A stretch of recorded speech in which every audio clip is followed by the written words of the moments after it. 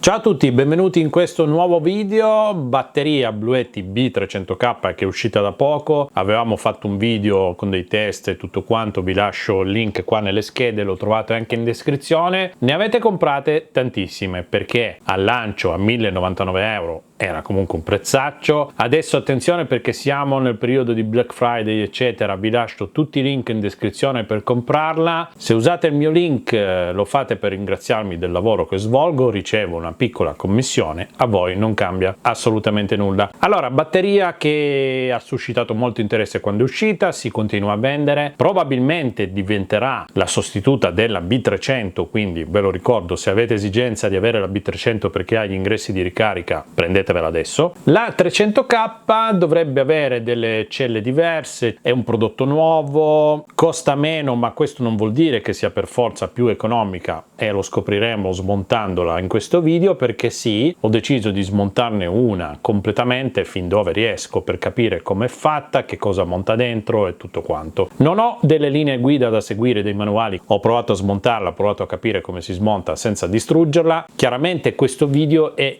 un'informazione che vi do per capire come è fatta dentro la vostra batteria o quella che deciderete di comprare. Prima cosa, se la smontate perdete la garanzia. Seconda cosa, attenzione perché manovrare questi oggetti può essere molto pericoloso, perché vedrete tutti i passaggi, i terminali eccetera, le piste, se lì vi cade qualcosa, fate un corto, andate a fuoco, succede un casino, quindi no. A prescindere da tutto questo vi farò comunque vedere i passaggi di come si smonta, almeno per conoscenza, per capire un po' come è fatta dentro. Prima di andare avanti mi raccomando iscrivetevi al canale che non costa nulla. Adesso iniziamo a smontarla. Eccola qua la nostra B300K funzionante, nuova di pacco, appena sballata circa l'80%, la spegniamo e iniziamo a fare lo smontaggio. Dovremmo rimuovere queste 4 viti a brugola frontali, le 4 laterali, idem per quelle dietro e quelle sul lato sinistro. Tutte chiavi a brugola da 4, potete farlo tranquillamente con una chiave fissa o con un avvitatore.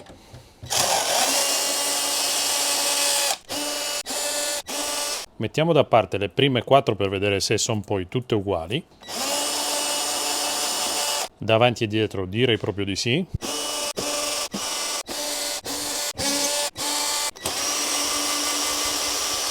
Anche le laterali sono uguali, quindi possiamo fare una scatola con tutte le viti perché sono tutte identiche. Il coperchio viene via e possiamo subito notare la presenza della ventola da 50 mm. Nella recensione della batteria avevamo capito che c'era una ventolina, infatti qui abbiamo la conferma. Questa parte del coperchio è tutta forata per permettere il passaggio dell'aria e qui abbiamo la ventolina, piccola ma c'è. Da questa parte troviamo invece le connessioni di espansione. Notiamo subito la generosità dei cavi e il fatto che tutto il connettore sia stato resinato per proteggere e garantire l'affidabilità nel tempo di tutti i pin, sia di potenza che di segnale. Qui abbiamo tutti i cavi di potenza per ogni connettore positivo o negativo, 8 fili di comunicazione. Ora il coperchio posteriore e il coperchio anteriore, dopo aver tolto tutte le viti, hanno degli incastri, quindi bisognerà far leva in tutto il perimetro superiore e inferiore. Facendo leva qui di lato, dove abbiamo una piccola fessura, riusciamo già a sganciare il coperchio. Questo è il coperchio posteriore dove c'è questa predisposizione e vedete che ha tutta una struttura metallica interna per garantire la tenuta di questi attacchi sulla piastra che a sua volta viene ancorata al coperchio. Qui iniziamo ad intravedere la parte interna con la gabbia che contiene le nostre celle e la parte elettronica che sarà poi qui sopra. Sganciamo anche il frontale, che ha qualche incastro in più, ma facendo molta attenzione riusciamo ad aprirlo senza fare particolari segni.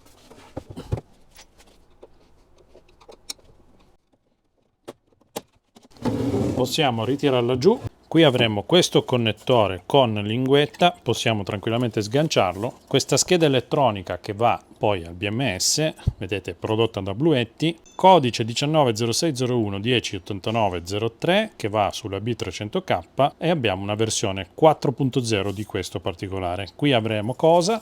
Semplicemente il pulsante di accensione, i LED e la porta USB. Anche questa parte strutturale, comunque vedete, questa retinatura con questi segmenti, con questo schema a quadrati, serve a irrobustire la struttura e a garantire resistenza a tutte le varie sollecitazioni. Però vedete che la plastica ha comunque una sua flessibilità, non è troppo rigida. Questi sono i piccoli incastri che abbiamo dovuto sganciare, parte interna che ovviamente non è rifinita come la parte esterna, e diciamo che abbiamo tolto il cofano principale della nostra B300K.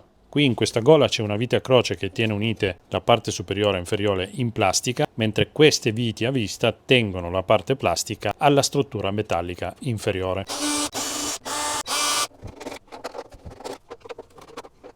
Abbiamo ancora poi 1, 2, 3, 4 viti a brugola che tengono la struttura della maniglia. Sono molto lunghe perché fanno anche da chiusura sempre tra le due parti dello chassis.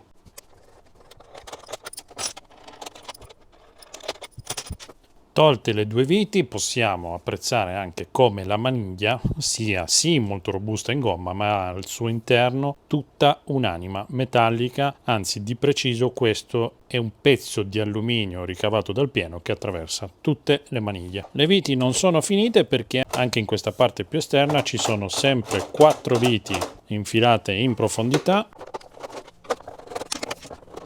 sia davanti che dietro. Ora è libero. Le viti che tengono questa parte superiore sono tutte uguali, potete anche queste o lasciarle infilate direttamente nella gola o metterle da parte tutte insieme. E qui arriviamo alla parte interessante. Allora, questo è il connettore che abbiamo staccato prima dal piastrino anteriore. Vedete che anche tutti i cavi hanno questa resinatura sui pin che entrano nel connettore. Questi ragazzi sono dettagli che fanno veramente la differenza. Il tutto inglobato in una calza molto spessa, molto robusta per proteggere i singoli fili, resinati anche dall'altra parte. Sono queste, ragazzi, le cose che garantiscono la qualità di un prodotto. Non solo queste, ma anche queste. Qui abbiamo tutti i cablaggi invece che vanno ai connettori e sono esattamente il positivo e il negativo che vanno a un connettore di espansione, idem per l'altro, fanno capo a queste piazzole con connessione a vite su base filettata di generose dimensioni. I cavi sono assicurati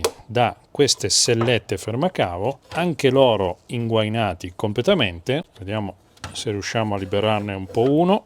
E vedete che il cavo viene poi crimpato sul terminale e viene messo anche un pezzo di guaina Termo R bianca con anche marchiato cosa fa questo cavo. Qui invece abbiamo i connettori che vanno alla parte di comunicazione, cavi che non sono in tensione perché la batteria è spenta, quindi tutta l'elettronica è spenta, ma qui sotto possiamo invece notare le connessioni di uscita dal pacco batterie, dove invece troviamo la tensione di 53 volt. Possiamo ancora apprezzare tutta la parte della scheda elettronica che è stata tropicalizzata, quindi per proteggere i componenti. Abbiamo già visto le connessioni dei terminali di potenza, qui abbiamo l'ingresso di potenza, tutti i componenti che rimangono sollevati dalla piastra, quindi con montaggio verticale, sono stati resinati per evitare che si possano rompere. Qui abbiamo due grossi fusibili da 60 A, le connessioni della parte di comunicazione, tutti gli altri componenti, e qui riuscite a vedere queste resistenze che sono queste 6 qui e queste 10 in verticale. Queste fanno riferimento ai 16 canali delle celle che compongono il pacco batteria. Bene, praticamente quella scheda che avete visto sopra, la mainboard, gestisce tutto quanto, è integrata anche sulla sinistra la parte del BMS, con quei due connettori con tutti i fili che vanno giù, vanno semplicemente a caricare, a gestire la ricarica delle singole celle. Sono 8 da una parte, 8 dall'altra per un totale di 16, poi l'uscita di potenza invece arriva nella parte di potenza che la dirotta verso le uscite. Va bene, dopo aver esaminato la scheda direi che possiamo iniziare a liberare anche questa fascetta che riguarda il connettorino della ventola che abbiamo visto prima, ventola che tiriamo fuori, analizziamo, marca Fly Upward, è un modello in DC a 12 volt, sembra montata su cuscinetti. È installata qua nella parte bassa, serve più a garantire un flusso d'aria attraverso i due pacchi di celle piuttosto che a raffreddare l'elettronica di per sé. Allora, adesso andiamo avanti con lo scollegamento di tutti i cavi per liberare la scheda e li svitiamo con attenzione uno alla volta. Sono ben tirati.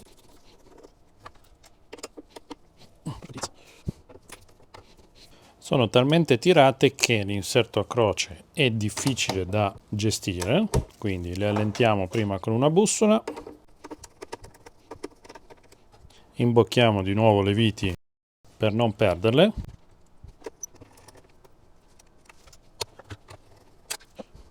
Abbiamo scollegato quindi i cavi di potenza che vanno ai connettori, liberiamo anche i connettori di comunicazione, anche questi sempre resinati in massima qualità. Mettiamo via il blocco con le porte. Ora, per interrompere la serie delle due batterie basta svitare questo ponticello. In questo modo abbiamo separato i due pacchi di batterie. Ora possiamo passare a scollegare la piastra madre dai poli delle batterie. Arrivati a questo punto possiamo liberare anche i connettori che vanno alle schede delle celle dalla piastra madre. Smontiamo la piastra madre dallo chassis.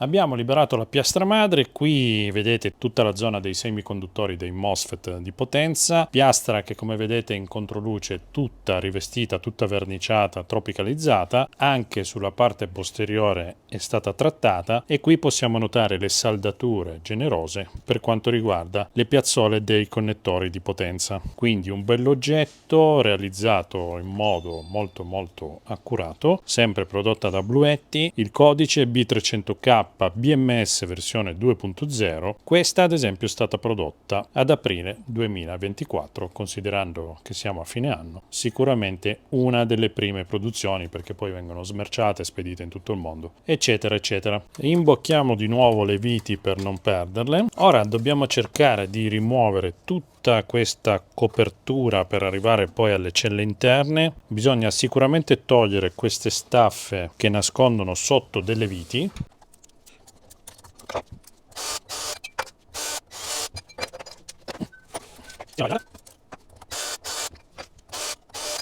Ora bisogna togliere questa copertura che nasconderà poi l'elettronica e le celle sottostanti. Ci sono queste grosse viti con la testa a brugola, ma questa volta è più grande, diventa credo una 5. Le allento tutte, ce ne sono 1, 2, 3, 4, ce ne sono 8. Ok, questi sono i vitoni che chiudono il pacco della struttura.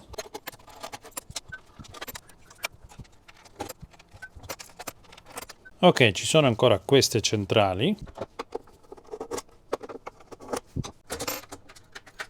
Ecco qua, la copertura è venuta via. Qui abbiamo dei semplici coperchi che sono puntati con un pelino di colla e qua sotto abbiamo, vedete, tutte le connessioni di tutte le varie celle dei vari moduli, che sono appunto 1, 2, 3, 4, 5, 6, 7, 8, 9, 10, 11, 12, 13, 14, 15 e lì sotto ci sarà il 16esimo, dove qui, come detto, avremo il nostro modulo da 26 volt, dove in realtà avremo delle piccole serie da 3.3, vedete, 3.315, 3.32, 3.32, 3.32, 3.32, 3.32, 3.32 e 3.32. Effettivamente abbiamo solo questo che è un pelino più basso.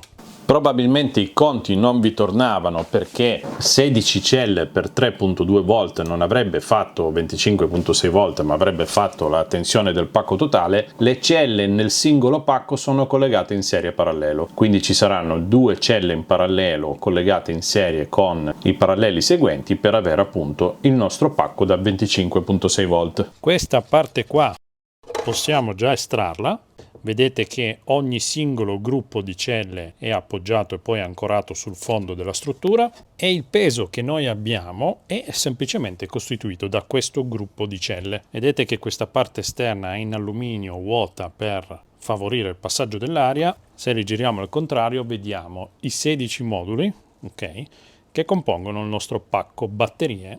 Bene, avete visto che la batteria usa non le classiche celle diciamo a stilo a batteria, ma usa queste celle piatte quadrate. Eh sì, perché la B300K usa queste che si chiamano celle prismatiche. Sono fatte in modo diverso dalle classiche celle diciamo a forma cilindrica. In questo caso usa delle 3.2 volt LiFePO 4 27 Ah che sono di grado A, usate nel campo industriale e automobilistico, e vedete che la costruzione è fatta in questo modo con una struttura metallica, l'anodo, il catodo e un separatore in mezzo. Questo è un riassunto molto schematico. Come caratteristiche abbiamo appunto queste celle che hanno una corrente di carica continua a 27 A, di scarica 27 A e di scarica di picco di 81 A. Ogni cella pesa 565 grammi e da lì, se fate il calcolo delle 32 celle, viene fuori il peso della batteria più tutto il resto, e ogni cella misura circa 130 x 120 x 17 mm.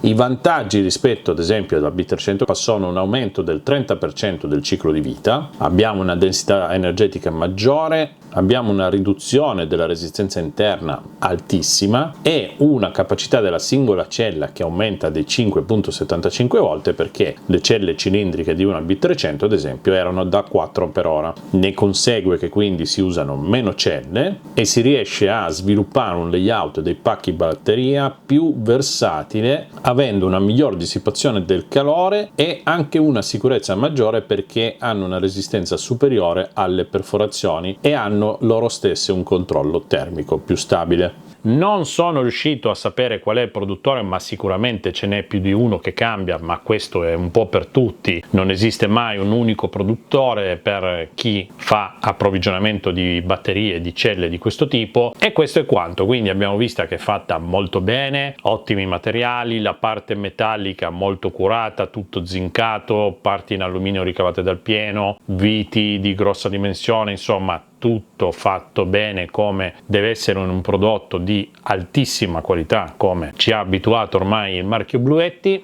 Ora proverei a rimontarla, poi l'attacchiamo alla C300 per vedere se funziona ancora o se la devo buttare via.